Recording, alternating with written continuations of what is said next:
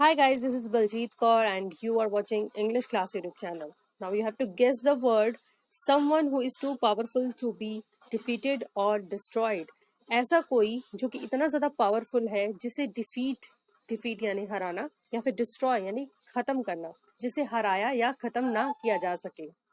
हिंदी में हम उसे अजय बोलेंगे।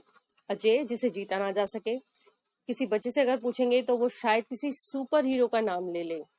यहाँ तक कि किसी बॉलीवुड फैन की बात करें तो वो बाहुबली का नाम ले सकते हैं।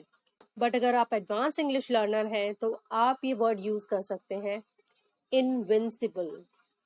Invincible. Now let us see an example. This cricket team seems invincible.